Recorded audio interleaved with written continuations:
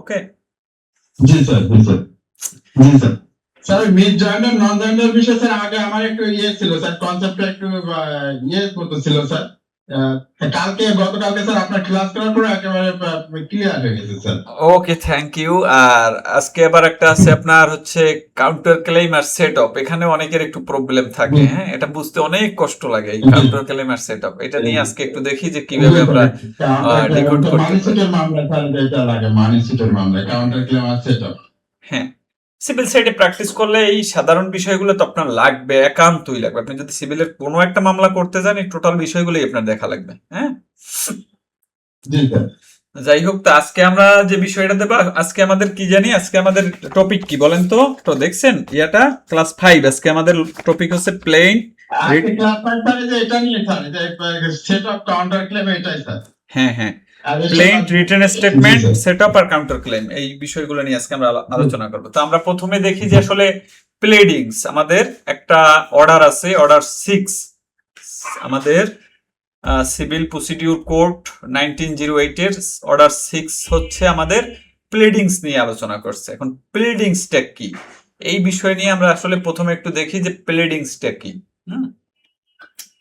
তো প্লেডিংস হচ্ছে বাদীর প্লেন্ট আর বিবাদীর written statement, যেখানে পক্ষগণের তাদের দাবি বা জবাবের মূল তথ্য ম্যাটারিয়াল ফ্যাক্টস লিখিতভাবে উপস্থাপন করেন। অর্থাৎ আপনি যখন একটা প্লেন্ট সাবমিট করলেন, আমরা তো আগেই বলেছিলাম, মনে হয় কোন ক্লাসে পড়লাম, তৃতীয় ক্লাসে পড়ছিলাম প্লেন্ট, তাই না? আমরা যখন আরজি সাবমিট করছিলাম না তৃতীয় ক্লাসে, তো ওখানে আমরা কি বলছিলাম যে প্লেনটা যখন আপনি বেঞ্চ অফিসারের কাছে সাবমিট করেন, তখন আর ওটা প্লেন থাকে না, ওটা কি হয়ে যায়? প্লেডিং। বিষয়টা clear? G sir. Are written G sir. Statement, বিবাদী যখন সমন পাওয়ার পর রিটেন স্টেটমেন্ট যখন উনি লেখে, তখন ওটার নাম থাকে রিটেন স্টেটমেন্ট। আর ওই লেখাটা যখন ওই যে অফিসারের কাছে যখন জমা হয়, তখন ওটা হয়ে যায় প্লেডিং। ওকে, সহজভাবে কিন্তু বোঝা গেল নাকি? অর্থাৎ বাদীর প্লেন্ট আর বিবাদীর রিটেন স্টেটমেন্ট উভয়টা মিলিয়ে হচ্ছে আমাদের প্লেডিং। তা প্লেডিং একটি মানে হচ্ছে একটা ছাতার মতো, এর একটা আমব্রেলা টার্ম, মানে ছাতার মতো। এর নিচে থাকে হচ্ছে এক পাশে প্লেন্ট আর এক পাশে হচ্ছে রিটেন স্টেটমেন্ট। ওকে, আর এটি মামলার বিরোধের বিষয়বস্তু নির্ধারণ করে এবং বিচারের একটা ভিত্তি স্থাপন করে। যখন আপনি একজনের বিরুদ্ধে একটা ক্লেম করলেন, এই ক্লেমটার এগেনস্টে সে যখন বলবে, আপনার প্রতিটি ক্লেমকে যখন সে অস্বীকার করবে, অথবা যদি সে অস্বীকার না করে স্বীকৃতি দেয়, তাহলে ওটা বিচারের ক্ষেত্রে একটা ভিত্তি স্থাপন করা হয়। সেক্ষেত্রে ক্লেম, আমাদের রিটেন স্টেটমেন্ট আর প্লেন হচ্ছে একটা ছাতার মধ্যে, মানে দুইটা বিষয়। ঠিক আছে? জি স্যার, জি স্যার। কনসেপ্ট স্যার তার মানে হচ্ছে স্যার এটা মানে যতক্ষণ বেঞ্চ অফিসারের কাছে আমার আর্জিটা যতক্ষণ পেশ না করবো, ততক্ষণ ওটাকে আর প্লেন বলা যাবে না। না, তখন আপনি তখন তো থাকবে আরজি। আর যখনই আপনি ওটা বেঞ্চ অফিসারের কাছে চলে যাবে, মানে যখন আপনার ওটা আনুষ্ঠানিকভাবে আদালতে উঠবে, মানে আদালতে জমা দিলেন, তখনই ওটা হয়ে গেল প্লেডিং। ওকে, এখন প্লেডিং, এই যে আপনার একটা আরজি এবং একটা রিটেন স্টেটমেন্টের নাম চেঞ্জ হয়ে যে প্লেডিং হলো, এর তো একটা উদ্দেশ্য আছে অবশ্যই, তাই না, আইনের দৃষ্টিকোণ থেকে। তো এই উদ্দেশ্যটা কি আমরা একটু দেখি, যে প্লেডিং এর উদ্দেশ্যটা কি, এটা যদি আপনি জানেন তাহলে আপনার আরো কনসেপ্ট ক্লিয়ার হয়ে যাবে।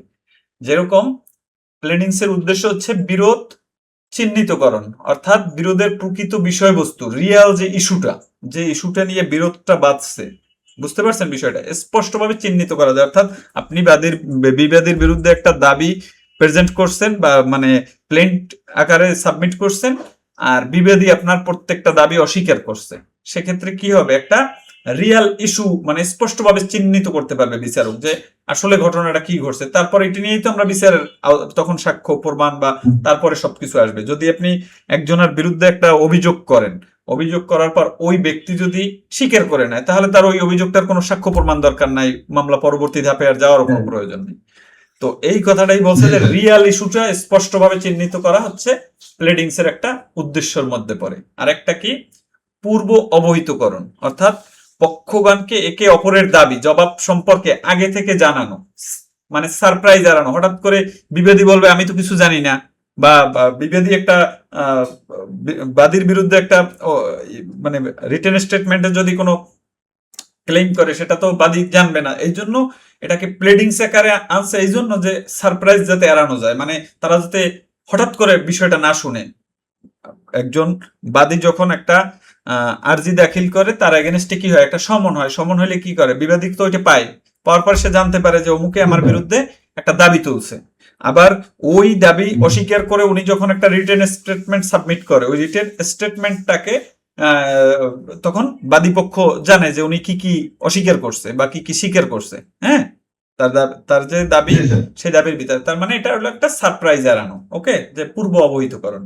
তাহলে আমরা প্লেডিংস এর উদ্দেশ্য পাইলাম দুইটা। আর একটা কি, অপ্রাসঙ্গিক বিষয় বর্জন, অর্থাৎ বিচারের সময় অপ্রাসঙ্গিক বিষয় থেকে বিরত রাখা। মানে এই দুইটাকে যখন কনসিস্টেন্ট করবেন, তখন একটা ছোট্ট রোড ম্যাপের ভিতরে নিয়ে আসতে পারবে বিচারক। তখন বুঝতে পারবে যে এই বিষয়গুলা সে অস্বীকার করছে, এই বিষয়গুলো স্বীকার করছে, এবং ওই বিষয়টা নিয়েই তখন বিচার্য বিষয় ইস্যু করা হয়। বিষয়টা বুঝতে পারছেন? মানে ওর উপরে ভিত্তি করে। আর আদালতের সুবিধা, মানে আদালতের জন্য বিচার্য বিষয়, মানে ইস্যু নির্ধারণ করা সহজ হয়ে যায়। আমি যে কথাটা বললাম যে ইস্যু নির্ধারণ করা তখন সহজ হয়ে যায়, যে তাদের আসলে একজনের দাবি এরকম আর একজনের দাবি অন্যরকম। এ পর্যন্ত বোঝা যাচ্ছে? কোনো সমস্যা আছে বুঝতে? জি না স্যার, কোনো সমস্যা নেই স্যার, বুঝতে পারছি স্যার। Okay, thank you. বুঝতে পারলেই বলবেন, না পারলেও বলবেন, সমস্যা নাই। যত সহজ লাগে তত সহজে বুঝাবো। তারপর কেন বুঝবেন না, বুঝতেই হবে। না বুঝে যাইতে পারবেন না, কথা একটাই। বুঝতে পারছেন? জি স্যার। তো আমরা মোটামুটি আমরা দেখলাম যে আমাদের প্লেডিং এর উদ্দেশ্য হচ্ছে এই যে চারটে বিষয়। যদি আমাদের কোনো প্রশ্নে আসে যে প্লেডিং এর উদ্দেশ্য কি, তাহলে আপনারা লিখতে পারবেন না? জি স্যার, পারা যাবে স্যার। ওকে, এর সাথে একটু মানে কি বলে, লেসটাস দিয়ে লিখলে অনেক বড়ই হয়ে যাবে দেখবেন লেখা। মেইন বিষয় কনসেপ্ট আপনি মাথায় থাকলে এর সাথে কিন্তু আপনি বাড়তিও লিখতে পারবেন। ঠিক আছে, যে একদম এইরকমই লিখতে হবে, এই এক লাইনই এমনটা না, আপনি এর সাথে 2 লাইন 3 লাইন বানাইতে পারেন একটা বিষয়কে। ঠিক আছে, প্লেডিংস এর মৌলিক নিয়মাবলী। এখন আমরা দেখি যে আসলে প্লেডিংসটা এর মৌলিক কিছু নিয়ম আছে, এবং এইটাই কিন্তু এই ক্লাসের হচ্ছে একটা ভিত্তি। আমাদের আজকের ক্লাসের কিন্তু মেইন বিষয়টা এইটা, একটু খুব জেনারেল ভাবে, মানে সুনির্দিষ্ট ভাবে একটু খেয়াল করবেন। এটা হচ্ছে আমাদের আছে কোথায়, অর্ডার 6 রুল 2। আমরা অর্ডার 6 রুল 2 তে প্লেডিংস এর কিছু মৌলিক নিয়মাবলী পাবো। তো এই নিয়মাবলীটা কি কি, শুধু ম্যাটেরিয়াল ফ্যাক্টস, প্লেডিংসে শুধু ম্যাটেরিয়াল ফ্যাক্টস লিখতে হবে, অর্থাৎ এভিডেন্স নয়। আপনি আপনার যে ঘটনাটা ঘটছে এইটার সাক্ষ্য হিসেবে আপনি কিছু দিতে পারবেন না প্লেডিংসে। আপনি যে একটা প্লেন্ট সাবমিট করবেন বা একটা রিটেন স্টেটমেন্ট দিবেন, এখানে আপনি সাক্ষ্য হিসেবে কোনো বিষয় আনতে পারবেন না। আপনি পারবেন কি, ফ্যাক্টের বিষয়, ম্যাটেরিয়ালস অফ ফ্যাক্টস, মানে আপনার ঘটনার যে বিষয়বস্তু, এটাকে আপনি মানে দাবি হিসেবে হোক বা অস্বীকৃতি হিসেবে হোক বা স্বীকৃতি হিসেবে হোক, এই বিষয়গুলোই উপস্থাপন করতে পারবেন।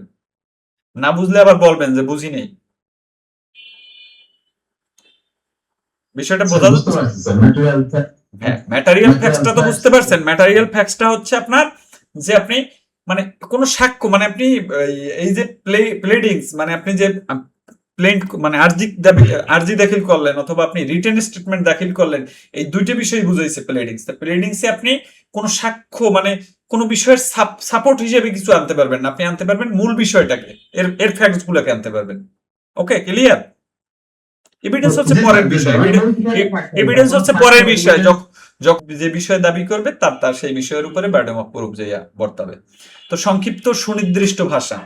তো আপনার প্লেডিংস এর মৌলিক নিয়মাবলীর আর একটা বিষয় হচ্ছে আপনি সংক্ষিপ্ত ভাবে লিখতে হবে, খুব সংক্ষিপ্ত ভাবে লিখবেন এবং সুনির্দিষ্ট ভাষা ইউজ করতে হবে। অস্পষ্ট বক্তব্য এড়িয়ে যেতে হবে। দীর্ঘ বা অস্পষ্ট বক্তব্য, ঠিক আছে, আপনি দিতে পারবেন না। আপনাকে লিখতে হবে সংক্ষিপ্ত ভাবে এবং সুনির্দিষ্ট ভাষা ব্যবহার করতে হবে। এই যে আপনার প্লেন্ট এবং রিটেন স্টেটমেন্ট, ঠিক আছে, যখন সাবমিট করবেন, এই ক্ষেত্রে কিন্তু ওই দুইটা বিষয়েরই মানে প্লেডিংস এর ক্ষেত্রে কি কি আপনার প্রয়োজন, এই কথাটা বলতেছে, মানে মৌলিক যে নিয়ম। তারপর হচ্ছে এক প্যারাগ্রাফে এক তথ্য। আপনি একটা তথ্য একটা প্যারাগ্রাফে লিখবেন, যাতে বিচারক সহজেই চোখে তার মানে দৃষ্টিগোচর হয় যে একটা প্যারাগ্রাফে একটা তথ্য আসছে। আপনি যদি অনেকগুলো তথ্য একটা প্যারাগ্রাফের ভিতরে দেন তাহলে বিচারক দেখা যায় ওইখান থেকে অনেকটা নাও আপনাকে মানে অ্যাপ্লাই করতে পারে বা উনি নাও এড়িয়ে যেতে পারে। ঠিক আছে, তাহলে আপনি যখন একটা মুসাবিদা করবেন, আপনি এই মুসাবিদাটা করার সময় আপনার কিন্তু এই বিষয়গুলো মনে রাখা লাগবে, যার কারণে কিন্তু এই বিষয়টা কয়েকটা দিক থেকেই গুরুত্বপূর্ণ। হুম,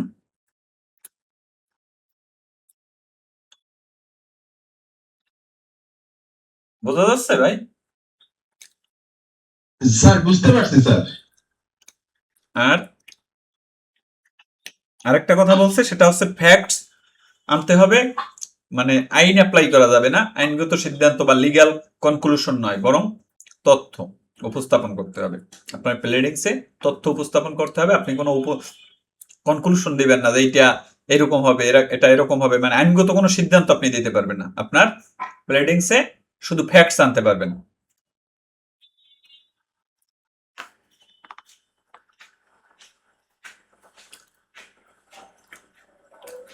তা আমরা একটা বিষয় জানলাম যে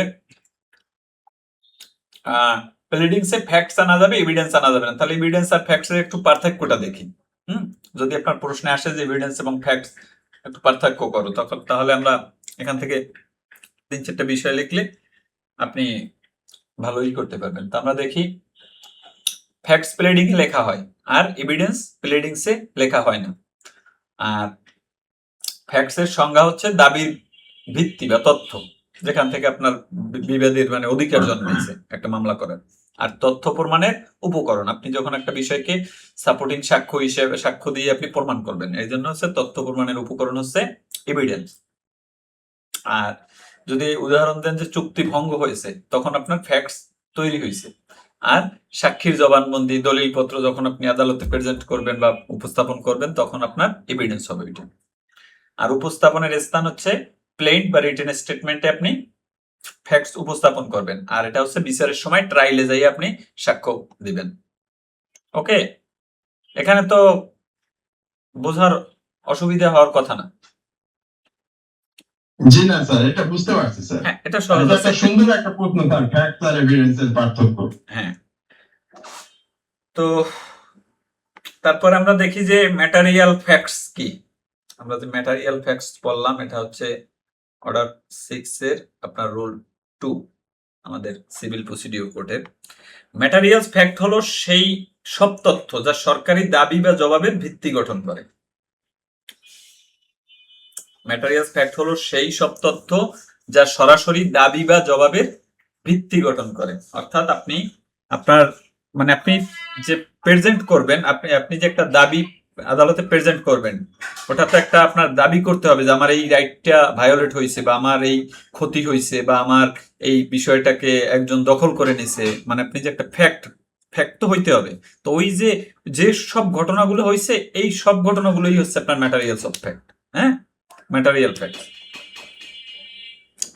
ম্যাটেরিয়াল ফ্যাক্ট ছাড়া কজ অফ অ্যাকশন সম্পূর্ণ হয় না। আপনার এই যদি এই ম্যাটেরিয়াল ফ্যাক্টস না থাকে, সেক্ষেত্রে আপনার কজ অফ অ্যাকশন কিন্তু অ্যারাইজ হবে না। এবং কজ অফ অ্যাকশন যদি না থাকে, সেক্ষেত্রে আপনার প্ল্যান্ট কি হবে? রিটার্ন হবে নাকি রিজেকশন হবে? রিজেকশন হবে। ম্যাটেরিয়াল ফ্যাক্টস বাদ পড়লে প্লেন্ট বা রিটেন স্টেটমেন্ট অসম্পূর্ণ গণ্য হতে পারে। অর্ডার 7 রুল 11 এর অধীনে এগুলা প্রত্যাখ্যানের কারণ হতে পারে, ওই যে বললাম রিজেকশন হইতে পারে। হ্যাঁ, তাহলে আপনার ম্যাটেরিয়ালস অফ ফ্যাক্ট এবং আপনার যে কজ অফ অ্যাকশনের একটা মানে সাদৃশ্য যোগাযোগ, বুঝতে পারছেন বিষয়টা, যে এটা থেকে এটাই আসছে। হ্যাঁ, একই বিষয়টা, একই কাছাকাছি থেকে আসছে, মানে ম্যাটেরিয়ালস ফ্যাক্ট নিয়েই কজ অফ অ্যাকশন সৃষ্টি হয়। ম্যাটেরিয়াল ফ্যাক্টস নিয়ে। হ্যাঁ, পার্টিকুলার্স, আমরা দেখি যে পার্টিকুলার্সটা কি আসলে। তো অর্ডার 6 এর রুলস 4 সিপিসি বিশেষ কিছু মামলায় পার্টিকুলার্স উল্লেখ করা বাধ্যতামূলক। কিরকম? যেরকম প্রতারণা, আপনি যদি মানে বিস্তারিত তথ্য কোন কোন ক্ষেত্রে লাগবে আপনাকে, আমরা তো এতক্ষণ বললাম এটা হচ্ছে ব্যতিক্রম, মানে এতক্ষণ বললাম যে সংক্ষেপে হবে, বড় কোনো প্যারা লেখা যাবে না বা এইসব বিষয় করা যাবে না, কিন্তু এখানে বলছে যে পার্টিকুলার্স কিছু ব্যতিক্রম আছে। এটা হচ্ছে আমাদের রুল 4 এ আছে। যে আপনি যদি প্রতারণা সংক্রান্ত মামলায় আপনার বিস্তারিত উল্লেখ করতে হবে। আপনি যখন কোনো প্রতারণা সংক্রান্ত মামলা হবে সেক্ষেত্রে আপনি এই যে পার্টিকুলার ফ্যাক্ট, যে কোথা থেকে ঘটনা কিভাবে আসছে, কোথায় সৃষ্টি হয়েছে, কিভাবে তৈরি হয়েছে, টোটাল বিষয়টা হচ্ছে আপনার পার্টিকুলারস অফ ফ্যাক্ট করতে হবে, তখন বিস্তারিত আপনার বর্ণনা করতে হবে। আর অসদাচরণের ক্ষেত্রে মিস রিপ্রেজেন্টেশন যেটা সংক্রান্ত দাবিতে সুনির্দিষ্ট বিবরণ আবশ্যক, ও ক্ষেত্রে আপনার বিস্তারিত তখন লিখতে হবে। আর অন্যায় প্রভাব যেটা আনডিউ ইনফ্লুয়েন্স সংক্রান্ত মামলায়ও পার্টিকুলার ছাড়া প্লেডিংস অসম্পূর্ণ। আপনি যদি বিস্তারিত না লেখেন সেক্ষেত্রে আপনার প্লেডিংসটা সম্পূর্ণ হবে না। বুঝা যাচ্ছে এটা পার্টিকুলারসটা? বুঝতে পারছি স্যার, আমি খুব মনোযোগ সহকারে শুনছি স্যার। মনোযোগ সহকারে শুনলে ইনশাআল্লাহ আপনি ভালোই বুঝতে পারবেন, বা বোঝার কথা এমন ভাবে বুঝাচ্ছি যাতে এতে না বোঝার মতো কিছু নেই। এখন প্লেডিংস সংশোধন বা অ্যামেন্ডমেন্ট, যেটা অ্যামেন্ডমেন্টটা হয় কিভাবে সেটা আমরা একটু দেখি। যে অর্ডার 6 এর রুল 17 সিপিসি তে আমাদের আছে কি আদালত প্লেডিংস সংশোধনের অনুমতি দিতে পারে। আমরা এমসিকিউর জন্য পড়ছি না যে অর্ডার 6 এর রুল 17 এ এমসিকিউর জন্য তো এমসিকিউর কোশ্চেন থাকে তো এখান থেকে অনেক সময়। হ্যাঁ, আপনার প্লেডিংস সংশোধন আছে কোথায়? রুল 17 এ, ঠিক আছে? তো ওখানে প্রকৃত বিরোধ নিষ্পত্তির জন্য সংশোধন তখনই অনুমোদিত হয় যখন তা প্রকৃত বিরোধ নিষ্পত্তির জন্য প্রয়োজন। যদি আপনার মানে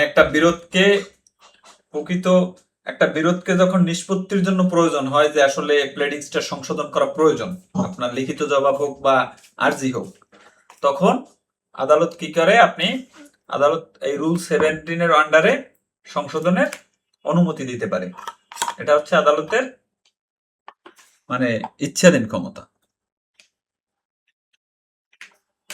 ডিসক্রিশনারি পাওয়ার স্যার।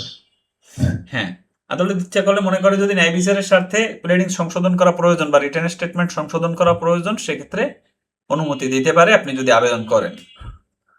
বিলম্বিত বা দুরভিসন্ধিমূলক সংশোধন, অর্থাৎ বিলম্বী বা দুরভিসন্ধিমূলক সংশোধনের আবেদন আদালত প্রত্যাখ্যান করতে পারে। আপনি যদি মামলা বিলম্ব করার জন্য বা কোনো একটা বিষয় অনেক মানে পরবর্তী মামলা যদি বিলম্বিত হয় সেক্ষেত্রে আপনার লাভ হবে, বা আপনি যদি এরকম কোনো মানে যেটা আদালতে মানুষ করে না, অনেক সময় তারিখের পর তারিখ নেয়, সে সকল ক্ষেত্রে আদালত প্রত্যাখ্যান করবে, প্রত্যাখ্যান করতে পারে। আর বিপরীত পক্ষের অধিকার রক্ষা, সংশোধনের ফলে বিপরীত পক্ষের অধিকার যাতে ক্ষুণ্ণ না হয় সেই বিষয়টা আদালত খেয়াল রাখবে।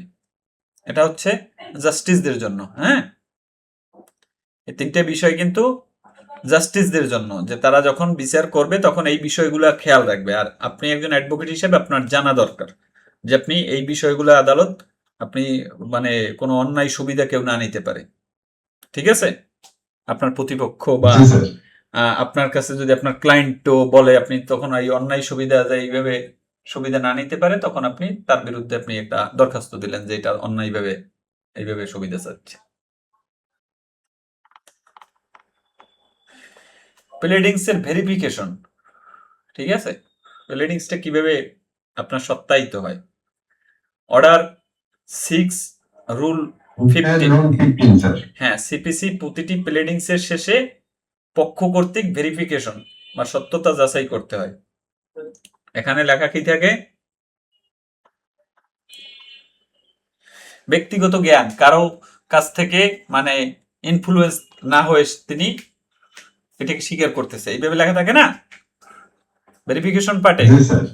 এটা ব্যক্তিগত জ্ঞান, কোন তথ্য ব্যক্তিগত জ্ঞান থেকে লেখা হয়েছে তা উল্লেখ করতে হবে, যে সবকিছু তার ব্যক্তিগত জ্ঞান থেকে আসছে। তথ্যের ভিত্তি, কোন তথ্য ইনফরমেশন বা বিশ্বাসের ভিত্তিতে লেখা হয়েছে তা উল্লেখ করতে হবে। যদি কোনো তথ্য আপনার ইনফরমেশন বিশ্বাসের ভিত্তিতে লেখা থাকে, যেটা আপনি ব্যক্তিগত জ্ঞান থেকে না, বা এর কোনো সাপোর্টিং অতটা শক্ত কোনো সাপোর্টিং নেই, সেটাও আপনার উল্লেখ করতে হবে। আর একটা হচ্ছে অসম্পূর্ণতা, ভেরিফিকেশন ছাড়া প্লেডিংস অসম্পূর্ণ বলে গণ্য হবে। আপনি যদি ভেরিফিকেশন না দেন সেক্ষেত্রে আপনার প্লেডিংস অসম্পূর্ণ থাকবে। কারণ পরবর্তীতে আপনি বলবেন আমি তো জানি না, উকিল সাহেব যা কিছু মানে যদি বাদী বলে যে আমি তো জানি না, উকিল সাহেব যা কিছু ইচ্ছে নিজের মতো লিখছে, অথবা বিবাদী বলল যে আমি তো এই বিষয়ে কিছু বলিনি, উকিল সাহেবের মতো লিখছে। হুম তার জন্য একটা ভেরিফিকেশন থাকে যে এই বিষয়ে যা কিছু লিখছে সবকিছু আমি পরে নিজ জ্ঞানে স্বাক্ষর করিলাম, এরকম থাকে না ভেরিফিকেশন, জি স্যার। ওই কথাটাই বলছে। তো আজকে আমরা এই যে আমাদের প্রথম পার্টে আমরা কি শিখলাম দেখি একটু। হ্যাঁ, প্লেডিংস, প্লেডিং কি বোঝা গেল নাকি?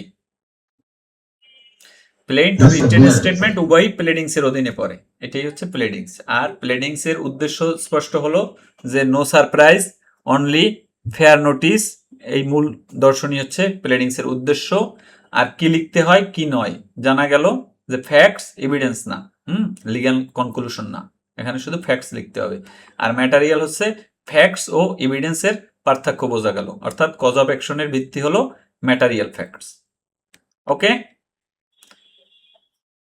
তো আমাদের জি স্যার। এই পার্ট আমরা দেখলাম। আমরা দেখি তাহলে আমাদের একটা প্লেন্ট লিখতে গেলে আপনার 9টা ম্যান্ডেটরি পার্টিকুলার্স আছে। হ্যাঁ, এটা হচ্ছে আপনার অর্ডার 7 রুল 1-এ। এই 9টা বিষয় আপনি আপনার আরজি যখন লিখবেন তখন কিন্তু এই 9টা বিষয় আপনার থাকতে হবে। একটা প্রথমটা কি, আদালতের নাম।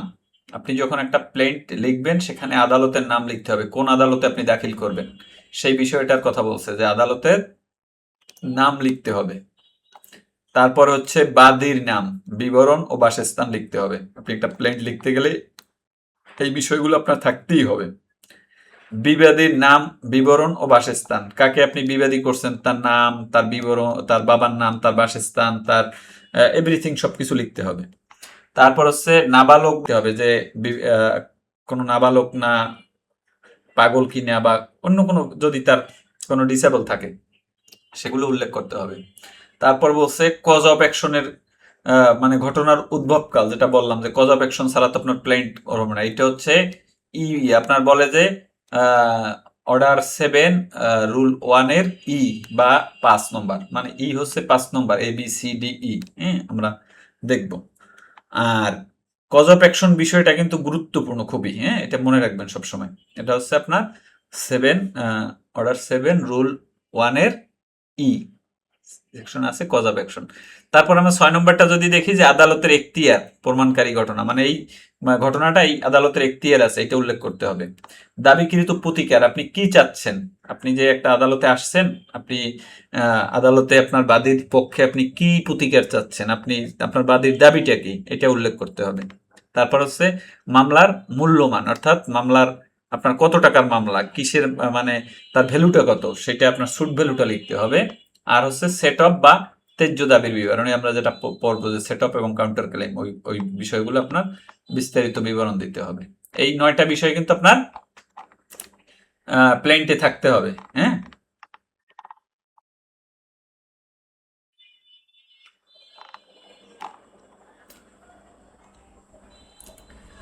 তো আমরা তারপরে আমাদের ডেভেলপ পার্টে যাই। কি ও কেন, আমরা তো এতক্ষণ পড়লাম প্লেডিংস, এখন আবার প্লেন্ট দেখতে হবে একটু, যে প্লেডিংস এর তো একটা অংশ হচ্ছে প্লেন্ট, তো আমরা প্লেন্টে আবার একটু আলাপ করব, যে প্লেন্টে আসলে কি এবং কেন। প্লেন্ট তো আমরা একবার যখন আরজি দাখিল সম্পর্কে জানলাম তখন একটু ভাষা ভাষা জানছি, এখন একটু বিস্তারিত দেখতে হবে। আসলে প্লেন্ট হলো বাদীর দাখিলকৃত লিখিত আবেদন, যেখানে তার দাবি ও প্রতিকারের অনুরোধ বিস্তারিত উপস্থাপিত থাকে। Order 7 civil procedure code plant সংক্রান্ত বিস্তারিত বিধান নির্ধারণ করে। আমার এই যে অর্ডার 7, এখানে অনেকগুলো রুল আছে, এই রুলের মাঝে প্লেন্ট কিভাবে লিখবেন, কোন জায়গায় কি লিখবেন, এই যে পড়লাম এতক্ষণ 9টা দাবি থাকতে হবে, এই বিষয়গুলোই বলছে যে প্লেন্ট হচ্ছে বাদীর দাখিলকৃত একটা লিখিত আবেদন, যেটা আমরা আরজি বলি। উদ্দেশ্য, বাদীর অভিযোগ, তার ভিত্তি, কজ অফ অ্যাকশন এবং চাওয়া প্রতিকার, বাদীর যে চাওয়া প্রতিকার আদালতের সামনে স্পষ্টভাবে উপস্থাপন করা, যাতে বিবাদী ও আদালত উভয়ই দাবির প্রকৃতি বুঝতে পারেন। বাদী যে কি দাবি করতেছে সেই বিষয়টা বুঝতে পারেন, সেই বিষয়টাই বলছে আপনার এখানে।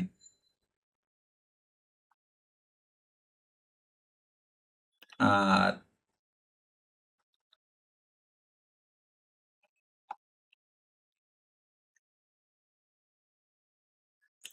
কথা শোনা যাচ্ছে? ভাই একটু আনমিউট করে কথা বলেন তো। জি স্যার, কথা শোনা যাচ্ছে স্যার, আচ্ছা ক্লিয়ার। আচ্ছা, আমি না দেখে জানি কথা বলছিলি, এই জন্য মিউট করে রাখছিলাম।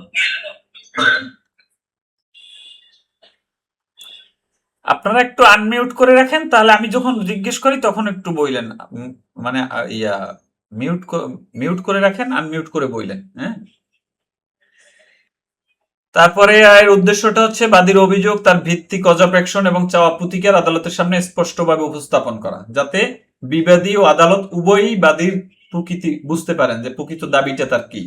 প্লেডিংস এর স্থান হচ্ছে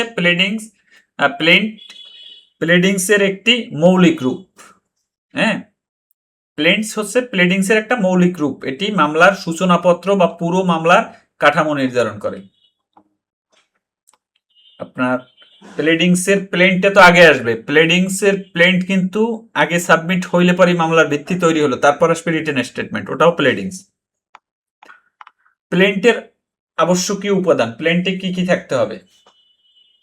ওই যেটা বললাম, ওই যে 9টা বিষয় থাকতে হবে, এখানে সংক্ষেপে করে লিখছিলাম, ঠিক আছে? তারপর আমরা দেখি এইটা। প্লেন্টে কজ অফ অ্যাকশন, কি দেখি একটু। কজ অফ অ্যাকশন হলো সেই তথ্যসমূহ যা প্রমাণিত হলে বাদী প্রতিকার পাওয়ার অধিকারী রাখে, অর্থাৎ কজ অফ অ্যাকশন ছাড়া আপনার প্লেন্ট আপনার রিজেকশন হবে। বাধ্যতামূলক উল্লেখ, অর্ডার 7 রুল 1 এর ওই যেটা কথা বলছিলাম যে কজ অফ অ্যাকশন, এটা হচ্ছে এই রুল অনুযায়ী প্লেন্টে কজ অফ অ্যাকশন স্পষ্টভাবে উল্লেখ করা আবশ্যক। এটা না হইলে আপনার প্লেন্ট আপনার রিজেকশন হবে। এর পরিণাম কি হবে? ওই যে বললাম, প্রত্যাখ্যান হবে। আর কত, রুল 11 অনুযায়ী কিন্তু প্রত্যাখ্যান হবে, এটা মনে রাখেন যে অর্ডার 7 রুল 11। আর এর সংযোগ হচ্ছে কজ অফ অ্যাকশন এবং ফ্রেম অফ স্যুট এর ধারণা একে অপরের পরিপূরক। কজ অফ অ্যাকশন থেকে ফ্রেম অফ স্যুট তৈরি হয়। তারপরে আমরা দেখি যে রিলিফ ও ভ্যালুয়েশন, অর্ডার 7 এর রুল 7, অর্ডার 7 এর রুল 7। হ্যাঁ, বাদী যে প্রতিকার চান তা সুনির্দিষ্টভাবে উল্লেখ করতে হবে। একাধিক রিলিফ একসাথে দাবি করা যেতে পারে যদি তা আইনসম্মত হয়। আর এখানে একটা বিষয় আপনার মনে রাখতে হবে, রিলিফ না চাওয়া হলে আদালত কিন্তু সাধারণত তা প্রদান করে না। হ্যাঁ, এটি হচ্ছে এই রুলের মূলনীতি। যদি আপনি রিলিফ না চান, সেক্ষেত্রে কিন্তু আদালত আপনাকে রিলিফ দিবে না। অতএব বাদী যে প্রতিকার চান তা সুনির্দিষ্টভাবে উল্লেখ করতে হবে প্লেন্টে। একাধিক রিলিফ একসাথে দাবি করা যেতে পারে যদি আইনসম্মত হয় বা বিষয়বস্তুর সাথে রিলিভেন্ট হয়। আর ভ্যালুয়েশনের গুরুত্ব প্রভাব, মামলার আর্থিক মূল্যায়ন দুটি গুরুত্বপূর্ণ বিষয় নির্ধারণ করে। আপনি যে ভ্যালুয়েশন করবেন, ভ্যালুয়েশন কেন প্রয়োজন বলেন তো? একটা হচ্ছে আদালতের কোর্ট ফির ক্ষেত্রে, আপনি ভ্যালুয়েশন যদি না করেন সেক্ষেত্রে আপনি আদালতের কোর্ট ফি নির্ধারণ করবেন কিভাবে। আর একটা হচ্ছে আদালতের এখতিয়ার, আপনি যে কত টাকার মামলা, এটার উপরে আপনি কোন আদালতে আপনি দাখিল করবেন। বিষয়টা বুঝতে পারছেন ভ্যালুয়েশন কেন প্রয়োজন? জি স্যার, বুঝতে পারছি স্যার। ভুল ভ্যালুয়েশনের ফলে, হ্যাঁ হ্যাঁ, ভুল ভ্যালুয়েশনের ফলে প্লেন্ট সংশোধনের নির্দেশ দেওয়া যেতে পারে। অর্থাৎ আপনি যদি একটা ভ্যালুয়েশন ভুল দেন, সেক্ষেত্রে প্লেন্ট সংশোধনের নির্দেশ দেওয়া যেতে পারে। আনমিউট করেন একটু, কে দেন? আমি তো দেখতে পাচ্ছি না কার্ডটা খোলা।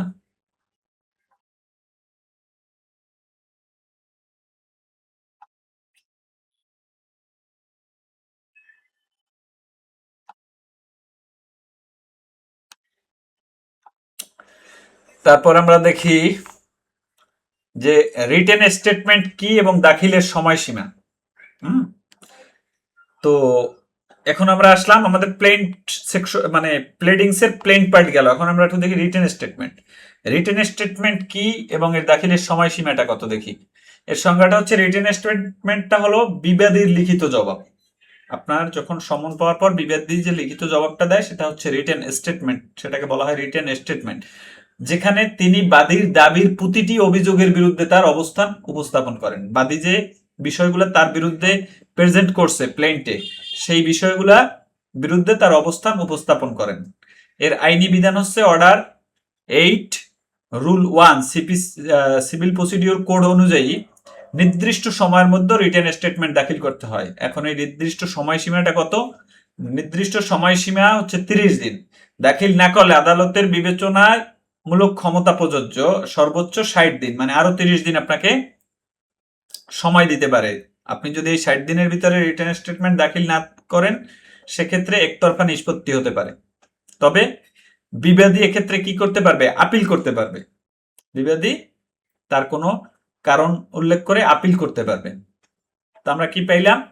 যে নির্দিষ্ট সময়সীমায় যদি মামলা দাখিল না, নির্দিষ্ট সময়ে দাখিল না করলে আদালতে বিবেচনামূলক ক্ষমতায় সর্বোচ্চ আরো 30 দিন, মানে 60 দিন আপনি সময় পাবেন। নতুবা একতরফা নিষ্পত্তি হতে পারে। তবে বিবাদী আপিল করতে পারবেন এই ক্ষেত্রে। বোঝা যাচ্ছে এতটুকু? স্যার বোঝা যাচ্ছে স্যার। এই ক্ষেত্রে আরেকটা বিষয় আছে আপনার, আমাদের যে সিপিসির সেকশন 80, হ্যাঁ, স্পেশাল সুটের যে আপনার সরকারের বিরুদ্ধে মামলা করার ক্ষেত্রে এখানে কিন্তু আরো 30 দিন বাড়ানোর একটা বিষয় আছে, 90 দিন। ওই বিষয়টাকে আবার এর সাথে আপনি গুলাই ফেললে হবে না। হ্যাঁ, না না, এসআর একটা 8 ধারা না, এটা হচ্ছে আপনার সিপিসির আপনার 80 ধারা। আপনি সরকারের বিরুদ্ধে মামলা করলে 2 মাসের আগে একটা নোটিশ দিতে হয়। সেই নোটিশের পরে আপনার যে সময় নোটিশটা দিলেন, ওই নোটিশের পরে আরো 30 দিন সময় পাওয়া যায়, ওইখানে 90 দিন পাওয়া যায়। তবে বেসিক নিয়ম হচ্ছে 60 দিনের বেশি আপনি সময় পাবেন না রিটেন স্টেটমেন্ট দাখিলের। এটা বলছে, কিন্তু ওইখানে ওই কথাটা বলছে যে সরকারের বিরুদ্ধে আপনি যখন মামলা করবেন তখন তাদেরকে 60 দিন আগে একটা নোটিশ দিতে হয়। নোটিশ দেওয়ার পরে আরো যদি সময় না হয় তাহলে 30 দিন সময় দিবে। ওইটা আপনার সরি, সরকারকে 60 দিনের সময় দেয়, ওই 60 দিন না দিলে আরো 30 দিন সময় দেয়, 90 দিন সময় দেয় টোটাল সরকারের বিরুদ্ধে মামলার ক্ষেত্রে। হ্যাঁ,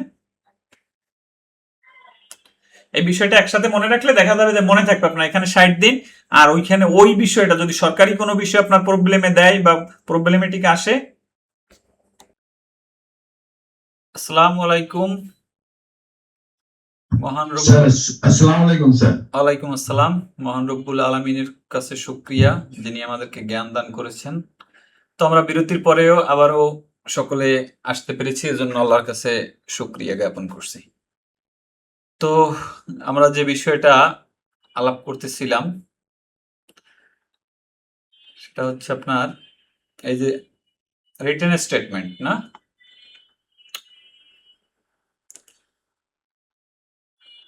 তো আমরা রিটেন স্টেটমেন্টের সময়সীমাটা কি পাইলাম? যে 30 দিন থাকবে। 30 দিনের ভিতরে যদি রিটেন স্টেটমেন্ট দাখিল করা না হয়, সেক্ষেত্রে আদালতের বিশেষ বিবেচনায় আরো 30 দিন, অর্থাৎ 60 দিন, 60 দিন পর্যন্ত রিটেন স্টেটমেন্ট দেওয়ার সময় থাকবে। হিসের ক্ষেত্রে স্যার 90 দিন স্যার। হ্যাঁ, ওইটা মনে রাখলে হবে যে সেকশন 80 তে আছে আপনার সিভিল প্রসিডিওর কোডের। হ্যাঁ, তো আমরা আসলে এখন দেখি যে স্পেসিফিক ডিনাইল, অ্যাডমিশন ও ইভেসিভ ডিনাইল, এই তিনটে জিনিস আসলে কি? এর মূলনীতিটা হচ্ছে অর্ডার 8 রুল 3 থেকে রুল 5 এ আছে স্পেসিফিক ডিনাইল, অ্যাডমিশন ও ইভেসিভ ডিনাইল অনুযায়ী বিবাদীকে প্রতিটি অভিযোগ পয়েন্ট বাই পয়েন্ট অস্বীকার করতে হবে।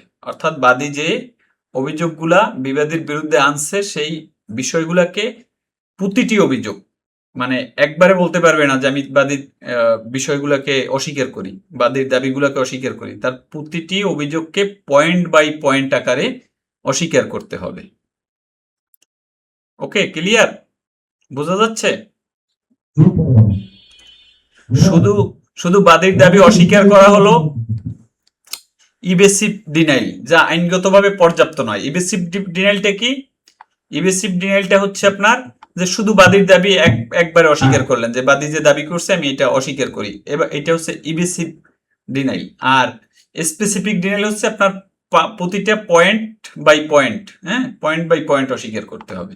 এই কথাটাই বলছে, যে অভিযোগ স্পষ্টভাবে অস্বীকার করা হয় না তাকে স্বীকৃতি বা অ্যাডমিশন বলে গণ্য হতে পারে। অর্থাৎ আপনি যদি কোনো দাবি স্পেসিফিক ভাবে অস্বীকার না করেন, সেক্ষেত্রে আদালত ধরে নেবে যেটা আপনি স্বীকার করছেন বা স্বীকৃতি হিসেবে। বুঝতে পারছেন? এই তিনটে বিষয় বুঝতে পারছেন? স্পেসিফিক ডিনাইল, অ্যাডমিশন এবং ইভেসিভ ডিনাইল।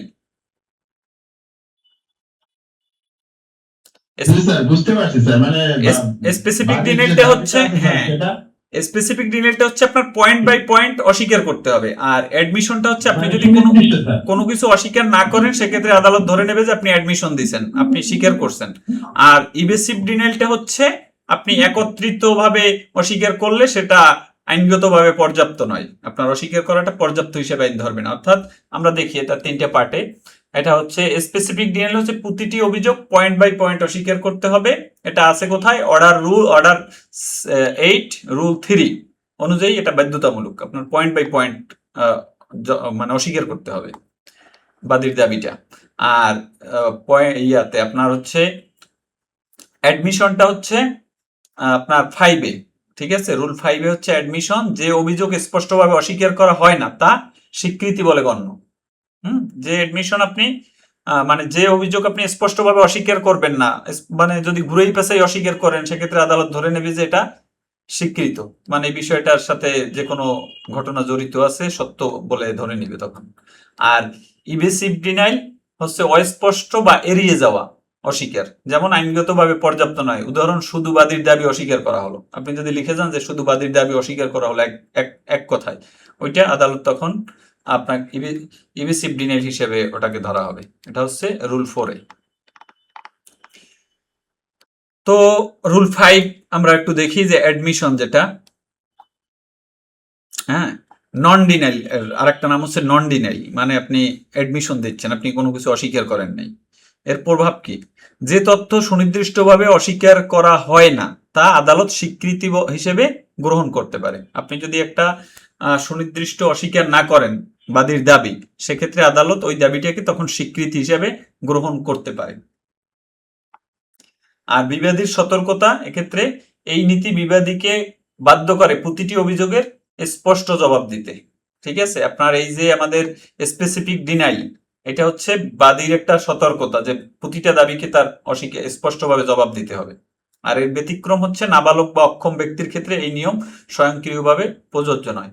যদি নাবালক বা অক্ষম ব্যক্তি হয় সেক্ষেত্রে আলাদা নিয়ম থাকতে পারে। হ্যাঁ, পরীক্ষার প্রসঙ্গ এখানে প্রবলেম বেসড প্রশ্নে প্রায়ই কিন্তু আসে, বিবাদী নির্দিষ্টভাবে অস্বীকার না করলে একটা মামলার মানে রিটেন স্টেটমেন্টে সেক্ষেত্রে এর কনসিকুয়েন্সটা কি হবে। ওকে, এ ধরনের প্রশ্ন আসলে আপনারা লিখতে পারবেন না? দেখা যাবে। ওকে, থ্যাংক ইউ। একটু মনোযোগ দিয়ে পড়েন, ইনশাল্লাহ পারবেন। না পারার কিছু নাই, একটা মাস কষ্ট করলে এমন কিছু হবে না, লাইফে ভালো একটা পজিশনে যাবেন, পরিবার আপনার থেকে যেটা এক্সপেক্ট করে আপনি সেটা পরিবারকে দিতে পারবেন, সকলে আপনার প্রশংসা করবে। আপনি যখন হেরে যাবেন তখন আপনাকে সবাই নিয়ে মানে মজা করবে, কিন্তু আপনি যখন একটা ভালো জায়গায় যেতে পারবেন আপনাকে কিন্তু সকলে আলাদাভাবে একটা প্রায়োরিটি দিবে। তো এই বিষয়টা মনে রাখবেন, একটু কষ্ট করেন একটা মাস, যেহেতু লিখিত পরীক্ষা ভাষা পড়লে হবে না। প্লেন ভার্সন রিটেন স্টেটমেন্ট, কারণ আপনার এখানে তো প্রশ্নে তো আপনার কোনো উত্তর লেখা থাকবে না এমসিকিউর মতো, হ্যাঁ, আপনাকে কিন্তু নিজ থেকে লিখতে হবে। সো একটু খেয়াল করে পড়তে হবে, এবং আপনি যখন ধারা বা কোনো রুল বা অর্ডার দিবেন সেক্ষেত্রে একটু কনফার্ম হয়ে দিবেন যে আসলে আছে কিনা। যদি কোনো জায়গায় কনফার্ম না হতে পারেন তাহলে লিখবেন না, প্রয়োজনে বলবেন যে সিপিসিতে আছে, বা এইভাবে লিখে গেলেও আপনি মার্কস পাবেন, কিন্তু ভুল নাম বা ভুল ধারা বা ভুল অর্ডার লিখবেন না কোনো জায়গায়।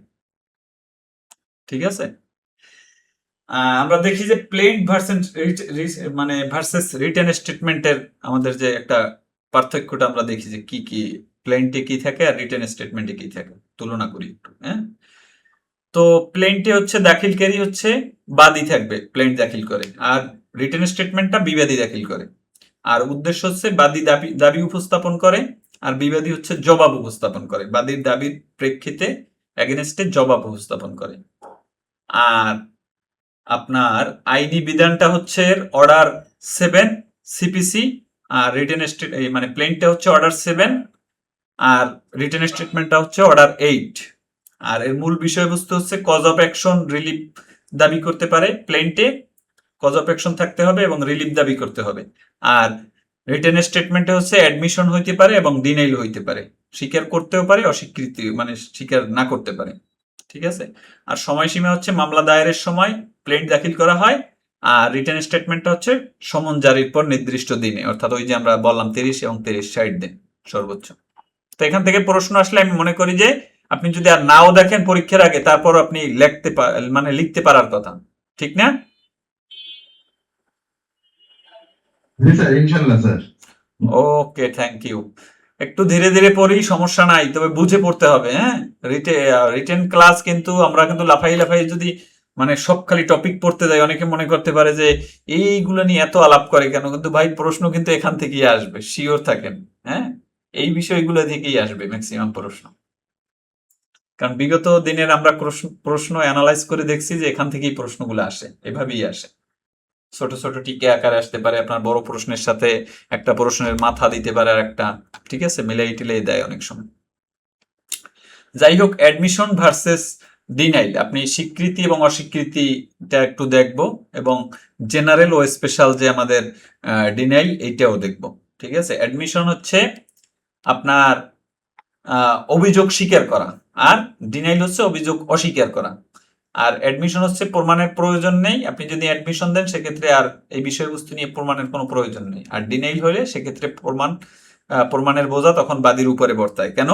যখন বাদী একটা অভিযোগ করবে একজন বিবাদীর বিরুদ্ধে, বিবাদী যখন সেটা অস্বীকার করবে, তখন ওই বিষয়টা প্রমাণের দায়ভার কার উপরে?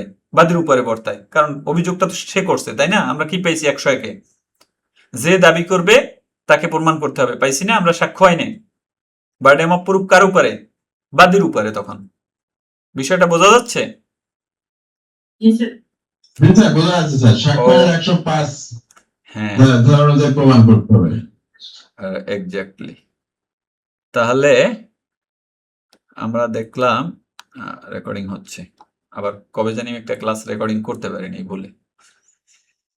তো আর আমরা দেখি যে জেনারেল বনাম স্পেশাল ডিনাইলটা কি। হ্যাঁ, জেনারেল এবং স্পেশাল ডিনাইলটা বলছে আপনার সামগ্রিক অস্বীকার। জেনারেল ডিনাইলটা বলছে যে সামগ্রিক অস্বীকার, একবারে আপনি অস্বীকার করলেন, যে কথাটা বলছিলাম ওই আপনার যে ইভেসিভ ডিনাইল, যেটা সামগ্রিক অস্বীকার একবারে। আর স্পেসিফিক ডিনাইল হচ্ছে প্রতিটি অভিযোগ পৃথকভাবে আপনি অস্বীকার করতে হবে। আর গ্রহণযোগ্যতা হচ্ছে সাধারণত অপর্যাপ্ত, আর এটা হচ্ছে অর্ডার 8। আপনার স্পেশাল ডিনাইলটা হচ্ছে অর্ডার 8 রুল, ওই আমরা এটা হচ্ছে রুল 4-এ পড়লাম না, রুল 4। হ্যাঁ, special denial rule 3, sorry rule 3, ঠিক আছে, এটা বাধ্যতামূলক। ওকে, বোঝা যাচ্ছে ভাই? কাজী মেহেদী হাসান, সজীব ভাই? জি স্যার, জি স্যার, জি স্যার। ওকে, তাহলে আমরা আমাদের ডেভেলপমেন্ট পার্ট শেষ করলাম। এখন আমরা দেখি যে আমাদের ডোমিনেট পার্টে কি আছে। তো ডোমিনেট পার্টে আমরা দেখবো কি, set off, counter claim, pleadings, mastery, এই বিষয়গুলো দেখবো। হ্যাঁ, আপনি সেট অফ, কাউন্টার ক্লেম সবই কিন্তু আপনার রিটেন স্টেটমেন্টের ভিতরে আসবে। আপনার কোথায় আছে? রুল অর্ডার কততে? 8। হ্যাঁ, এই বিষয়টা মনে রাখবেন, সেট অফ কাউন্টার ক্লেম কিন্তু রিটেন স্টেটমেন্টের সাথে একই অর্ডারের ভিতরে, এগুলা রিটেন স্টেটমেন্টের একটা অংশ। হ্যাঁ, ওই যে আমরা পড়ছিলাম একটা ছাতার নিচে অংশ, এগুলো হচ্ছে নিচের অংশ। এগুলো একটু আমরা দেখি যে সেট অফটা কি। তো আমরা প্রথমে যদি দেখি যে অর্ডার 8 রুল 6 সেট অফ আছে কোথায়? অর্ডার 8 এর রুল হচ্ছে 6। হ্যাঁ, সেট অফ কি এবং এর শর্ত সমূহ কি আমরা দেখি। হ্যাঁ, সেট অফ হলো বিবাদীর পাল্টা আর্থিক দাবি, যা বাদীর দাবির বিপরীতে সমন্বয়, অ্যাডজাস্টমেন্ট করার জন্য উপস্থাপন করা হয়। কিসের জন্য? অ্যাডজাস্টমেন্ট করার জন্য। বিষয়টা বোঝা যাচ্ছে?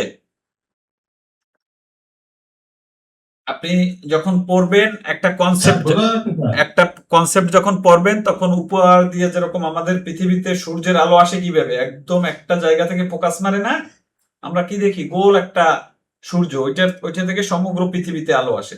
তো আপনি যখন একটা কনসেপ্ট নিয়ে পড়বেন, তখন ওই কনসেপ্টটার উপরে টোটাল উপর থেকে একটা আপনার সূর্যের মতো আলোকিত একটা রেডিয়ামের মতো দিবেন, দেওয়ার পরে ওর ভিতরে কি আছে জিস্টে আপনি বের করে ফেলবেন। তাহলে আমরা যখন অর্ডার 8 পড়বো, তার ভিতরে জিস্ট কি আছে সেই বিষয়গুলোই দেখবো। হ্যাঁ, এর ভিতরে জিস্ট আছে আমাদের রুল 6 সেট অফ। আমাদের সেট অফটা খুব দরকার, এটা পরীক্ষায় আসে। তো সেটআপ হলো বিবাদীর পাল্টা একটা আর্থিক দাবি, যা বাদীর দাবির বিপরীতে সমন্বয় মানে অ্যাডজাস্টমেন্ট করার জন্য উপস্থাপন করা হয়। এটা আছে কোথায়? Order 8 rule 6। সিপিসি এই বিষয়টি নিয়ন্ত্রণ করে। ওকে, এটা হচ্ছে নির্দিষ্ট একটা অঙ্ক থাকতে হবে, মানে টাকার একটা দাবি নির্দিষ্ট অ্যাসার্টেইনড আর্থিক অঙ্কের হতে হবে। এই যে দাবিটা করবে সেটআপে, সেক্ষেত্রে একটা নির্দিষ্ট অ্যাসার্টেইনড থাকতে হবে, হ্যাঁ, আর্থিক অঙ্কে হতে হবে। একই সক্ষমতা, উভয় পক্ষের মধ্যে একই সক্ষমতা, সেম ক্যাপাসিটি দাবি হতে হবে, মানে অতিরিক্ত দাবি করা যাবে না। তার যে দাবিটা, বাদীর যে দাবিটা এর ভিতরে থাকতে হবে, বুঝছেন? সেম ক্যাপাসিটির ভিতরে থাকতে হবে। বিষয়টা বোঝা যাচ্ছে? স্যার বোঝা যাচ্ছে স্যার। আর আদালতের এখতিয়ার, দাবিটি আদালতের এখতিয়ারের মধ্যে হইতে হবে। আপনি যে দাবিটা করলেন, এই উভয় দাবিটাই আদালতের এখতিয়ারের মধ্যে হইতে হবে। ঠিক আছে, তাহলে সেটআপ বিষয়টা মোটামুটি তো বোঝা গেল নাকি? যে আপনার নির্দিষ্ট দাবিটি নির্দিষ্ট একটা অ্যাসার্টেইনড আর্থিক অঙ্কের হতে হবে, তারপর হচ্ছে উভয় পক্ষের মধ্যে একই সক্ষমতা থাকতে হবে, আর হচ্ছে আদালতের এখতিয়ারের মধ্যে হতে হবে। সেটআপের আইনি প্রভাবটা কি, আসলে সেটআপটা কেন আনা হয়েছে, হ্যাঁ, সিপিসিতে কেন সেটআপটাকে আনা হয়েছে, এই বিষয়টা আমরা একটু দেখি। সেটআপটা হচ্ছে একটা পাল্টা প্লেন্ট। কিরকম? সেটআপ গৃহীত হলে বিবাদীর দাবিকে পাল্টা প্লেন্ট হিসেবে ধরা হয়। আপনার যদি সেটআপটা আদালত গ্রহণ করে, সেক্ষেত্রে আপনার তখন ওই রিটেন স্টেটমেন্টটাকে একটা প্লেন্টের মতো একটা পাল্টা দাবি হিসেবে গ্রহণ করা হয়। যেহেতু রহিম বলল যে আমি 1 লাখ টাকা পাবো করিমের কাছে, এখন করিম বলল যে আমি 80,000 টাকা পাবো রহিমের কাছে, আলাদা একটা বিষয়, আলাদা একটা ক্ষেত্রে আমি 80,000 টাকা পাবো। তখন আদালত কি করবে? ওই 80,000 টাকাকে অ্যাডজাস্টমেন্ট করে 20,000 টাকার একটা ডিক্রি দিবে। বুঝতে পারছেন বিষয়টা? স্যার বুঝতে পারছি, তার মানে স্যার বাদীর যে দাবিটা আছে, বাদীর দাবিটা আপনি এক্সিট করবে না আর কি, বিবাদের দাবিটা। না, ওইটা এই জন্য তো বললো যে পাল্টা একটা প্লেন্ট হিসেবেই ধরবে, যে ওনার দাবিটাকেও আদালত গ্রহণ করবে এবং বলবে ঠিক আছে, আপনি তো 1 লাখ টাকা দাবি করছিলেন, তো উনি তো আপনার কাছে এই মারফত 80,000 টাকা পাবে, তাহলে আপনি ওনাকে আর 20,000 টাকা দিয়ে দেন। ঠিক আছে, জি স্যার, এইটাই স্যার। তো বাদী সমান সমান বিবাদী, মানে বিবাদী কার্যত সেই পরিমাণে তখন বাদী হয়ে যায়, কারণ কি উনিও তো একটা অভিযোগ করছে যে আমি 80,000 টাকা পাবো, তখন উনিও একদিক থেকে বাদী হয়ে গেল না? তখন বিবাদী কিন্তু ওই কাউন্টার মানে সেটআপে কিন্তু তখন বাদী হয়ে গেল। আবার কাউন্টার ক্লেমটা আলাদা। একত্র বিবেচনা, হ্যাঁ, একত্র বিবেচনা কেমন? আদালত উভয় দাবি একত্রে বিবেচনা করে চূড়ান্ত একটা সিদ্ধান্ত দেয়, মানে দুইজনার যে দাবি, এই দাবিটাকে আদালত একত্রিত করে একটা চূড়ান্ত সিদ্ধান্ত দেয় যে ঠিক আছে, আপনার অমুকের কাছে টাকা পাবেন, অমুক আপনার কাছে টাকা পাবে, সব মিলেই আমরা একটা চূড়ান্ত সিদ্ধান্ত দেই যে আপনি এই টোটালটাকে একটা আমরা সেট আপ করে ফেলি। বিষয়টা বুঝতে পারছেন? আর পৃথক ডিগ্রি, এখন পৃথক ডিগ্রিটা কেমন? বাদীর মূল দাবি খারিজ হলে, এক্ষেত্রে এখন বাদী দাবি করছে 1 লাখ টাকা, ওনার দাবিটা খারিজ হয়ে গেছে, এখন উনি যে 80,000 টাকা পাবে, তখন সেট আপ কিন্তু একটা আলাদা একটা দাবি হয়ে গেল, তখন একটা পৃথক ডিগ্রি পাবে কে? বিবাদী পাবে। তখন বাদীর বিপক্ষে যাবে ডিগ্রিটা, যদি আপনার বাদীর মূল দাবি খারিজ হয়। বাদীর দাবিটা যদি ভুয়া হয় বা খারিজ হয়, অনেক সময় হয় না এরকম যে বাদী দাবি করছে আসলে ওটা ঠিক না, তখন ওই সেটআপে যে দাবিটা আসছে, মানে প্রতিপক্ষের পক্ষ থেকে যে সেটআপটার দাবি আসছে, ওইটা কিন্তু তখন আপনার আলাদা একটা ডিগ্রি পাইতে পারে যদি বাদীর মূল দাবি খারিজ হয়ে যায়। বিষয়টা বুঝতে পারছেন না? আলাদা একটা প্লেন্টের মতোই, মানে পাল্টা একটা প্লেন্ট হয়ে যায় তখন। এতটুকু বুঝতে কোনো সমস্যা আছে? জি না স্যার, এতটুকু বুঝতে পারছি স্যার। আচ্ছা, সেটআপের মাধ্যমে একাধিক মামলার প্রয়োজনীয়তা এড়ানো যায়। সেটআপের মাধ্যমে যখন এই মাল্টিপ্লিসিটি অ্যাভয়েডেন্স এর নীতির সাথে সামঞ্জস্যপূর্ণ, ওই যে আমরা বললাম মামলার বহুমুখিতা রোধ করার জন্য, এক্ষেত্রে অনেক সময় দেখা যায় নইলে তো আবার ওনার ওই 80,000 টাকা বা 50,000 টাকার আলাদা একটা মামলা করা লাগতো, আবার আদালতের সময় যাইতো, আবার উভয় পক্ষের সাক্ষী রাখা লাগতো, মানে টোটাল বিষয়টাকে আদালত তখন একবারে সেটেলমেন্ট করে দেয়, মানে সেট আপ করে দেয়। ওকে, তো আমরা এবারে দেখি যে আসলে কাউন্টার ক্লেমটা কি এবং এর শর্ত সমূহ কি কি। সেটআপ তো পাইলাম, তো কাউন্টার ক্লেম আমাদের আছে কোথায়? অর্ডার 80 আছে, এবং এর রুল হচ্ছে 6 এর এ থেকে 6 এর জি পর্যন্ত সিভিল প্রসিডিউর কোর্টের। তাহলে আমরা সেটআপ পাইলাম রুল 6 এ, আর কাউন্টার ক্লেম হচ্ছে 6 এর এ থেকে 6 এর জি পর্যন্ত। এই বিষয়টা মনে থাকবে না? লিখতে পারবো না আমরা? স্যার লিখতে পারবো স্যার, মনে থাকবে স্যার। ওটা হচ্ছে অর্ডার ও 6 এর, আর এটা হচ্ছে স্যার 6 এর এ থেকে এই পর্যন্ত। জি পর্যন্ত। হ্যাঁ, কাউন্টার ক্লেম হলো বিবাদের একটি স্বতন্ত্র পাল্টা দাবি। কাউন্টার ক্লেম হচ্ছে বিবাদের একটি আলাদা পাল্টা দাবি, যা বাদীর মূল দাবির সাথে সরাসরি সম্পর্কিত না হলেও একই মামলায় উপস্থাপন করা যায়। সেটআপটা ছিল বাদীর আপনার একটা মানে সম্পর্কিত দাবি, কিন্তু এখানে কি বলছে, এটা হচ্ছে একটা স্বতন্ত্র দাবি। কিরকম? যেটা মামলার সরাসরি সম্পর্কিত না হলেও একই মামলায় উপস্থাপন করা যায়। কাউন্টার ক্লেম সংক্রান্ত নির্দিষ্ট রুল নম্বর সংশোধনী অনুযায়ী ভিন্ন হতে পারে। এই রুল নম্বরটা একটু চেক করেন তো, আমার এখানে এই জন্য লিখে রাখছিলাম। হ্যাঁ, কারণ এটা মনে হয় আমি লাস্ট বার চেক করতে পারিনি, সম্ভবত ঠিক আছে। তারপর একটু আপনারা চেক করেন যে কাউন্টার ক্লেমটা ঠিক আছে কিনা। ওকে, আমি আবার দেখবো, অনেক সমস্যা নেই, এটা নোটে নোট করার, নোট যখন ফাইনাল প্রিন্ট দিব তখন তার আগে আমি একবার চেক করে দেখবো। এই স্লাইড যখন করছি তখন মনে হয় চেক করছিলাম না, এই জন্য এই জায়গায় এক্সট্রা একটা পয়েন্ট লিখে রাখছিলাম।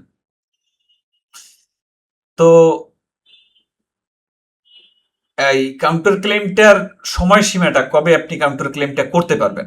আপনার আপনার যে ক্লায়েন্টের পক্ষে, আপনার ধরেন আপনি যদি কোনো বিবাদীর পক্ষে মামলা লড়েন, সেক্ষেত্রে আপনি একটা কাউন্টার ক্লেম করলে আপনি কখন করতে পারবেন, এই বিষয়টা আপনার তো জানা দরকার, দরকার না?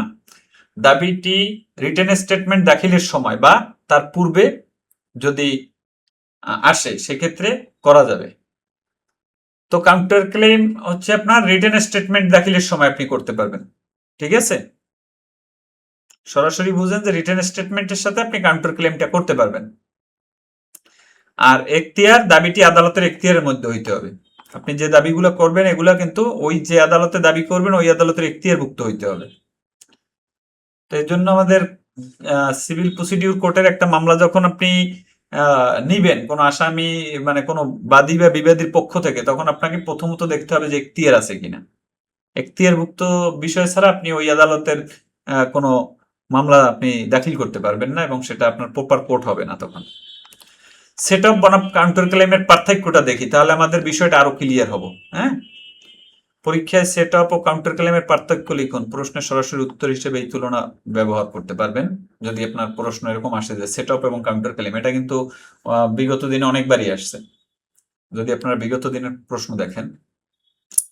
তো আমরা দেখি যে এর প্রকৃতিটা কি। নির্দিষ্ট একটা আর্থিক দাবি করা হয় সেট আপে, আর কাউন্টার ক্লেমটা কি? যে কোনো স্বতন্ত্র দাবি, আর্থিক বা অন্য প্রকৃতির হইতে পারে। সেট আপ কিন্তু শুধুমাত্র আর্থিক ক্ষেত্রে। হ্যাঁ, আমরা পড়ছিলাম না যখন আমরা সংজ্ঞা পড়ছিলাম যে সেট আপটা হচ্ছে একটা নির্দিষ্ট আর্থিক দাবি, আর কাউন্টার ক্লেমটা হচ্ছে স্বতন্ত্র দাবি, আর্থিক হইতে পারে বা অন্য প্রকৃতির দাবি হইতে পারে কাউন্টার ক্লেম। বাদীর দাবির সাথে সম্পর্ক, ঠিক আছে? বিষয়টা হচ্ছে বাদীর দাবির সাথে সম্পর্কটা হচ্ছে সরাসরি সম্পর্ক থাকা প্রয়োজন। কোনটা? সেট আপের বাদীর দাবির সাথে সরাসরি সম্পর্ক থাকা প্রয়োজন। আর কাউন্টার ক্লেম হচ্ছে সম্পর্কিত না হলেও চলতে পারে, আমরা যে ইয়াতে পড়লাম, সংজ্ঞায় পড়লাম। আর এর উদ্দেশ্যটা কি, পারপাসটা কি? বাদী সমন্বয়, অ্যাডজাস্টমেন্ট করবে বাদীর দাবির সাথে, এই সেট আপের বিষয়টাকে অ্যাডজাস্টমেন্ট করে একটা ডিক্রি দিবে। আর এটা হচ্ছে স্বতন্ত্র একটা প্রতিকার দিবে কাউন্টার ক্লেমে। হ্যাঁ, স্বতন্ত্র প্রতিকার দাবি করতে পারে যদি আপনার রিটেন স্টেটমেন্টে স্বতন্ত্র কাউন্টার ক্লেমে স্বতন্ত্র প্রতিকার দাবি করতে পারে, ওর সাথে অ্যাডজাস্টমেন্ট নাও হইতে পারে। আর আইনি বিধান হচ্ছে অর্ডার 8 রুল 6, আর ওইটা হচ্ছে অর্ডার 8 রুল 6 এর এ থেকে জি পর্যন্ত। ওকে, এভাবে আসলে আমরা যদি আপনাদের পার্থক্য আসে, আপনার যদি তুলনা আসে, সেক্ষেত্রে আপনারা লিখতে পারবেন না ছোট ছোট বিষয়গুলোকে? ইনশাআল্লাহ এভাবে লিখলে আপনাকে ফেল করাইতে পারবে না। তো আমরা দেখি যে বিগত পরীক্ষায় কি কি প্রশ্নগুলো আসছে এই চ্যাপ্টার থেকে, আমরা আজকে যেটুকু পড়লাম এখান থেকে আসতে হচ্ছে প্লেডিংস এর সংজ্ঞা আসে অনেক সময়, তাই প্লেডিংস এর সংজ্ঞাটা আমাদের নোট থেকে ভালোভাবে দেখে লিখবেন। হ্যাঁ, বাসায় বসে প্র্যাকটিস করবেন।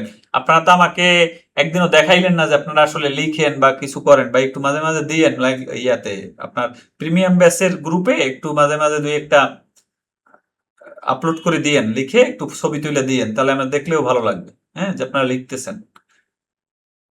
আপনাদের জন্য কষ্ট করতেছি, আপনারা যদি সেখানে একটু কষ্ট না করেন তাহলে হবে? আমার এগুলো করতে কিন্তু অনেক সময় লাগে, অনেক বিষয় ঘাটা লাগে, অনেক বই দেখা লাগে, সব বিষয় তো আর সবার মুখস্থ থাকে না। তো প্লেডিংস এর সংজ্ঞা আসে, প্লেডিংস এর সংজ্ঞা এবং এর মৌলিক নিয়মাবলী লিখতে হবে। ওই যে আমরা যে বিষয়গুলো দেখে আসলাম আমাদের নোটে পাবেন, আনে ওখান থেকে দেখে দেখে একটু লিখবেন। ম্যাটারিয়ালস ফ্যাক্ট, এই যে প্রশ্নগুলো এইগুলো কিন্তু আপনারা সলভ করবেন বাসায় বসে, হ্যাঁ। আমি যে প্রশ্নগুলা বলে দেই এইগুলো একটু সলভ করবেন, তাহলে দেখবেন যে আপনাদের আরো কনসেপ্ট ক্লিয়ার হয়ে যায়। আর প্রবলেমেটিক কিছু আজকে 3টে কোশ্চেন, 3টে না 4টে জানি কোশ্চেন দিছি এক্সট্রা, ওইটাও দেখবেন, নোটে দিয়ে দিব আমি এই চ্যাপ্টার থেকেই। তারপর প্লেন্টের উপাদান, প্লেন্টের আবশ্যকীয় যে উপাদান পড়লাম 9টা, ওই বিষয়গুলোও দেখবেন, ঠিক আছে। ওই বিষয় ছাড়া কিন্তু আপনি মুসাবিদা করতে পারবেন না কোনো বিষয়ের, এই বিষয়গুলো মাথায় রাখতে হবে। তারপর হচ্ছে ডিনাইলের প্রকারভেদ, ওই যে আমরা পাইলাম স্পেসিফিক ডিনাইল ও জেনারেল ডিনাইলের পার্থক্য পড়লাম, হ্যাঁ, যেটা হচ্ছে একবারে অস্বীকার করছে, আর ওইটা হচ্ছে পার্টিকুলার অস্বীকার করা, আপনার part by part, step by step. আর সেট অফ আর কাউন্টার ক্লেইম, এটা কিন্তু খুবই খুবই গুরুত্বপূর্ণ। আপনারা সেট অফ কাউন্টার ক্লেইম কিন্তু অনেকবার আসছে, বা আসার সম্ভাবনা থাকে। তো এগুলা সবসময় আপনি ডিএডব্লিউএসসি পদ্ধতিতে লেখার অনুসরণ করবেন, সেক্ষেত্রে আপনার হোমওয়ার্ক হিসেবে একটা ভালো বেনিফিট পাবেন এবং পরীক্ষার খাতায় আপনি অ্যাপ্লাই করতে পারবেন ডিএডব্লিউএসসি। আপনি যদি সব সেকশন বা সব অর্ডারগুলোকে আপনি ডিএডব্লিউএসসি মেথডে অনুশীলন করেন, আপনি ভালো মার্কস আর্ন করতে পারবেন। আপনার মার্কস কাটার সম্ভাবনা খুব কম থাকবে এবং এখান থেকে মার্কস কাটতে পারবে না তেমন একটা, আপনি যদি মেইন 20 কনসেপ্টটা লিখতে পারেন। আপনার ভাষায় লেখেন, কিন্তু সমস্যা নেই। তো আমরা দেখি যে প্রবলেম কোশ্চেন কিভাবে সলভ করবেন। বিবাদী রিটেন স্টেটমেন্টে শুধু বাদীর দাবি অস্বীকার করা হলো লিখছেন, এর আইনি প্রভাব কি? এরকম ধরুন যদি প্রশ্ন করে, অথবা বিবাদীর একটি পাল্টা আর্থিক দাবি আছে যা বাদীর দাবির সাথে সরাসরি সম্পর্কিত নয়, তিনি কিভাবে তা উপস্থাপন করবেন? ধরেন এই দুইটা প্রশ্ন আপনার আসলো, আপনি কিভাবে অ্যাপ্লাই করবেন, কি মেথডে অ্যাপ্লাই করবেন? ডিএডব্লিউএসসি মেথডটাকে আপনি অনুসরণ করবেন, ডিফাইন করবেন, অ্যাপ্লাই করবেন, রাইট করবেন, সাপোর্ট দিবেন, কনক্লুশন টানবেন। ওকে, কিরকম? তো এটা বুঝতে পারছেন? বিবাদের রিটেন স্টেটমেন্টে শুধু বাদীর দাবি অস্বীকার করা হলো, এর আইনি প্রভাব কি বলেন তো? এটাকে আপনি ডিফাইন করেন। আর বাদীর একটি পাল্টা দাবি আছে যা বাদীর দাবির সাথে সরাসরি সম্পর্কিত নয়, তিনি কিভাবে তা উপস্থাপন করবেন? এই দুইটাকে আপনারা ডিফাইন করেন।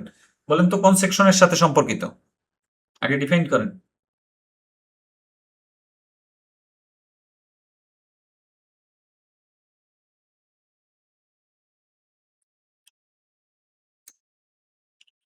রিটেন স্টেটমেন্টে শুধু বাদীর দাবি অস্বীকার করা হলো, এটা হচ্ছে আপনার কি?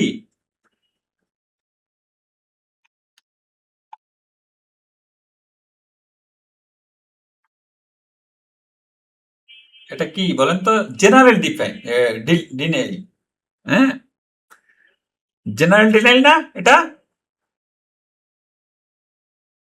Sir general denial sir. হ্যাঁ, জেনারেল ডিনাইল, কারণ বাদীর দাবি একবারে উনি অস্বীকার করছেন, তার আইনি প্রভাবটা কি পড়বে, তখন আদালত কি সিদ্ধান্ত নেবে, এই টোটাল বিস্তারিত আপনার লিখতে হবে। আর এটা হচ্ছে কি, বাদীর দাবির সাথে সরাসরি সম্পর্কিত নয়, কাউন্টার ক্লেম, এটা কিন্তু আপনার সেট অফ না, হ্যাঁ, এটাকে আপনি সেট অফ না, কিন্তু এটা কিন্তু কাউন্টার ক্লেম হবে না। বলেন তো, সরাসরি সম্পর্কিত নয়, স্যার